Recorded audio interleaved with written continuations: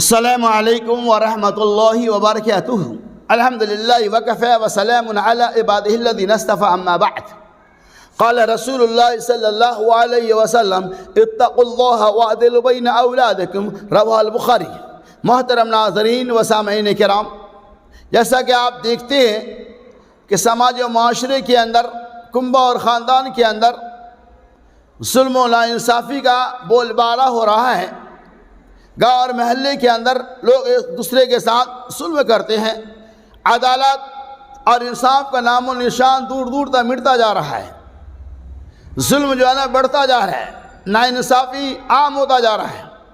چاہے وہ ماں بیٹی کا معاملہ ہو، بھائی بہن کا معاملہ ہو، باپ بیٹے کے معاملہ ہو، کسی کے ساتھ بھی اگر آپ ذرہ برابر بھی ظلم کریں گے، ناانصافی کریں گے، اس کی پکڑ ہوں گی۔ چاہے وہ باپ بیٹے کا معاملہ ہو یا بیٹے باپ کا معاملہ ہو، تمام معاملات کے بارے میں اللہ کے نبی صلی اللہ علیہ وسلم نے کہا اتقوا اللہ اتقوا اللہ اتقوا اللہ، اللہ سے ڈرو، اللہ سے کرو، اللہ سے ڈرو، ناانصافی مت کرو۔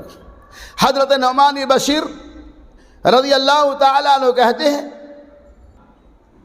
میرے والد نے مجھے کوئی سامان دینا چاہا۔ میری والدہ نے کہا جب تک میں اس بات پر محمد الرسول اللہ صلی اللہ علیہ وسلم کو گواہ نہ بنا لوں، میں اس کے لیے تیار نہیں۔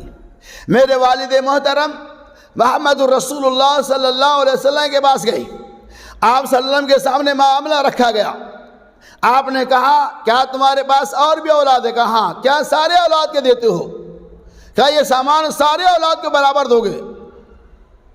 تو انہوں نے کہا کہ نہیں۔ اللہ کے نبی صلی اللہ علیہ وسلم نے وہی کہا اتقوا اللہ وعدلوا بین اولادکم، کہ آگاہ ہو جاؤ، اللہ سے ڈرو، اپنے اولاد کے درمیان انصاف کرو، ظلم نہ کرو، اور آگاہ ہو جاؤ میں تمہاری اس ظلم پر، ناانصافی پر گواہی نہیں دے سکتا، گواہ نہیں بن سکتا۔ یعنی اس حدیث سے یہ پتہ چلا کہ اہل و اولاد کے درمیان بھی ناانصافی کو اللہ تبارک و تعالیٰ پسند نہیں کرتا۔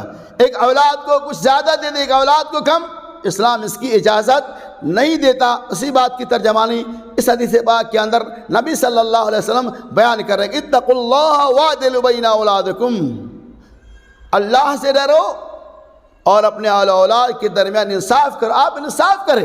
اگر اولاد آپ کے ظلم کرتا ہے تو یقین اللہ رب العالمین کیا اس کی گرفت ہوں گی، لیکن اولاد کے ظلم کی وجہ سے آپ بھی ان کے ساتھ ناانصافی کریں گے، ظلم کریں گے تو جائز نہیں ہے۔ اگر وہ ظلم کرتا ہے تو یقین اللہ کے یہاں وہ اپنے ظلم کا جواب دہی بنے گا، اسے جواب دینا ہوگا۔ آپ اپنے اولاد کے ساتھ ظلم نہ کریں، انصاف کریں، برابری کا معاملہ رکھیں۔